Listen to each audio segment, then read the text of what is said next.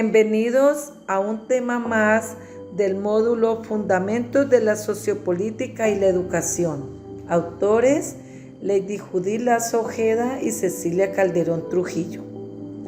El siguiente es un recorrido por los postulados de Marx y Althusser, en donde se estudiarán los aparatos ideológicos del Estado. Según Marx, la ideología pasa a ser un sistema de ideas, de representaciones, que domina el espíritu de un hombre o un grupo social. De esta forma, para comprender los modos de producción, Marx dice que los hombres establecen relaciones. ¿Estas relaciones para qué? Pues para poder producir, de donde se va a entender cómo produce una sociedad. Primero, cómo son las relaciones sociales de la producción, para responder a la pregunta ¿cómo produce? ¿Y cómo produce? Usando materias primas, usando máquinas, usando las fuerzas productivas. Estas fuerzas productivas son las herramientas, por ejemplo, y las máquinas que son necesarias para producir en el capitalismo. Estos elementos, como producción y relaciones, todo el tiempo lleva a cambios y contradicciones. Es por esto que decimos que en el modo de producción existen contradicciones, choques, y en este caso, entonces, el modo de producción es la conjunción de fuerzas productivas, que son las herramientas, las máquinas, la materia prima, más las relaciones sociales de producción. Esto nos lleva al capitalismo y al obrero, es que sería lo básico para saber cómo se relacionan para producir en el capitalismo. El capitalista explota al obrero porque tiene los medios de producción, es decir, tiene fábricas, herramientas y materias primas, mientras que el obrero no posee estos medios de producción. Entonces solo tiene su fuerza y su trabajo y lo vende para poder subsistir en la sociedad. Y en esta relación de los capitalistas y los obreros es el modo de producción que se llama capitalista. Pero ¿cómo concibe Marx a la sociedad? Tenemos entonces estos dos conceptos, la estructura y la superestructura. Althusser, siendo un discípulo de Marx, también nos dice que esta realidad está compuesta por dos planos que nosotros podemos ordenar sean en un edificio de 2 pisos. En una pirámide de 2 pisos, en donde el primer piso se encuentra lo que se denomina la estructura y en un segundo piso se encuentra la superestructura. En la estructura se encuentra el plano económico. ¿Y qué contiene este plano económico?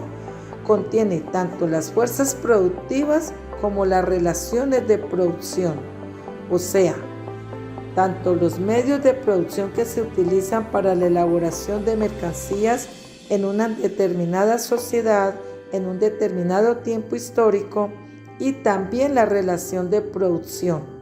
Por ejemplo, en este caso, el capitalista y el obrero. El obrero vendiendo su fuerza de trabajo a cambio de un salario. Esto sería la parte base de la pirámide, o en otras palabras, la estructura. En una segunda parte, arriba, en el segundo piso, se encuentra la superestructura, y aquella está compuesta por un plano ideológico, que es lo que más busca que se debe cambiar, que esto incluye la parte social o la filosofía.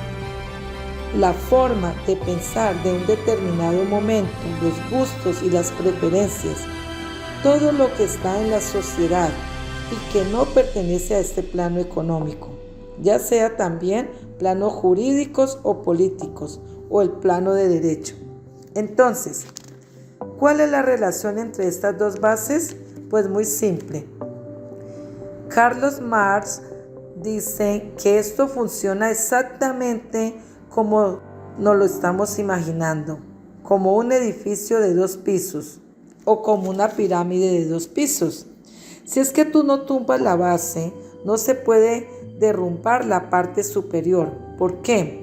Porque Marx diría, imagínate que queremos terminar con esta ideología, con esta superestructura en un determinado momento histórico. Vamos a destruir ese segundo piso. No, ¿por qué? Porque aún quedaría ese primer piso y en ese primer piso tú puedes volver a construir ese segundo piso. Entonces, el derrumbe de la superestructura sería en vano. De aquí que la idea revolucionaria del marxismo, el hecho de que un proletariado tiene que ir y destruir este plano estructural económico para poder elaborar una nueva sociedad, para poder fundar una nueva estructura de base y una nueva superestructura. ¿Por qué? Porque no podemos atacar directamente la superestructura. Primero, el primer piso, para que así, sin raíces, para asegurarnos de que no se vuelve a construir el mismo plano ideológico, las mismas superestructuras, sino algo nuevo. Y ahora, ¿cómo nace ese proletariado? ¿Dónde aparece? Hay una dialéctica, la llamada dialéctica entre la estructura y la superestructura. La relación dialéctica material entre ambos planos genera a conciencia social de un determinado momento, pues la conciencia de clase aparece en esta dialéctica y la estructura y la superestructura.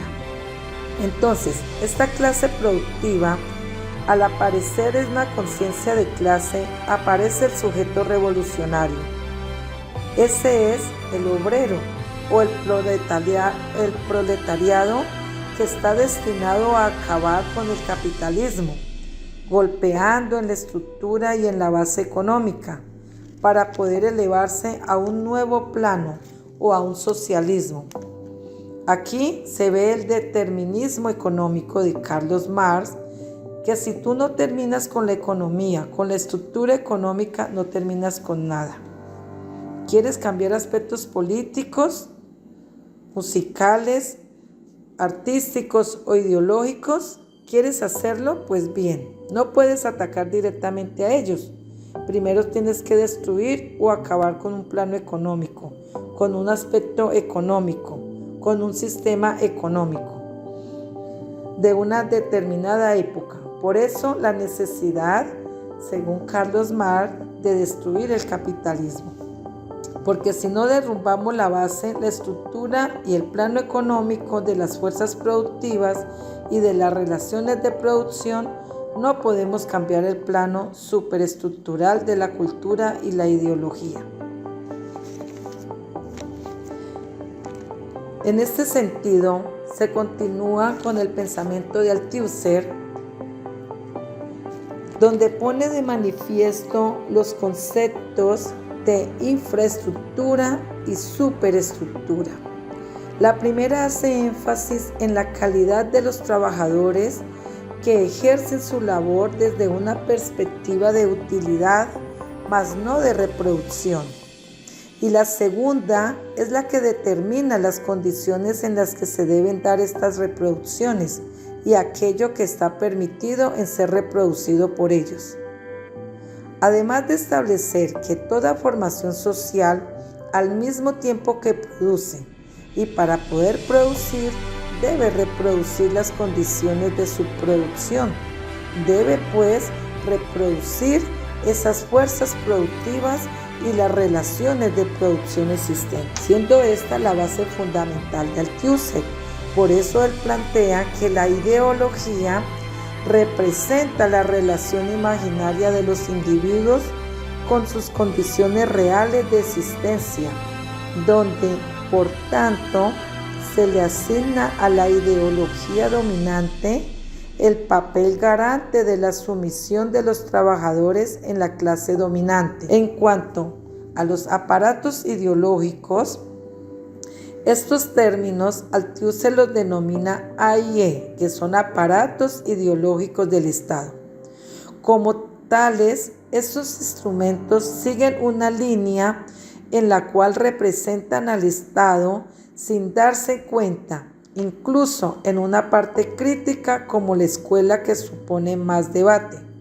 Althusser cuestiona el papel del maestro que se esfuerza por generar elementos discursivos diferentes, pero que finalmente no sirven de mucho, ya que la reproducción viene desde su discurso, más estos discursos que ponen en práctica el lugar que ocupa para cada uno de la sociedad. Según Althusser, se ven reflejados en la vida práctica. El aparato represor, según Althusser, y aquí acude a la teoría marxista del Estado, el ser, el Estado, un agente represor que tiene en su poder el monopolio legítimo de la fuerza y que a su vez lo hace legítimo, se describe a sí mismo como eterno y lo reproduce en la infraestructura, que a su vez le dará el poder legítimo que tiene. El aparato escolar, como el aparato ideológico dominante, es necesario recalcar que pese a existir una multiplicidad de aparatos ideológicos del Estado, donde la función en general es solo una, reproducir el statu quo. Generalmente, dentro de los aparatos represivos, se logra por la violencia, por la fuerza física, y en aparatos ideológicos funciona por la ideología, las ideas y el consenso. Althusser menciona además que en la Edad Media el aparato ideológico más fuerte, el más mayoritario, era la Iglesia Católica. Pero este ha ido perdiendo fuerza y la escuela es precisamente el aparato ideológico que pretende suplantarlo. Entonces, de esta manera comprendemos un poco más la ideología que tenía Marx y Althusser frente a la clase obrera que sostiene el Estado. Muchas gracias por su amable atención.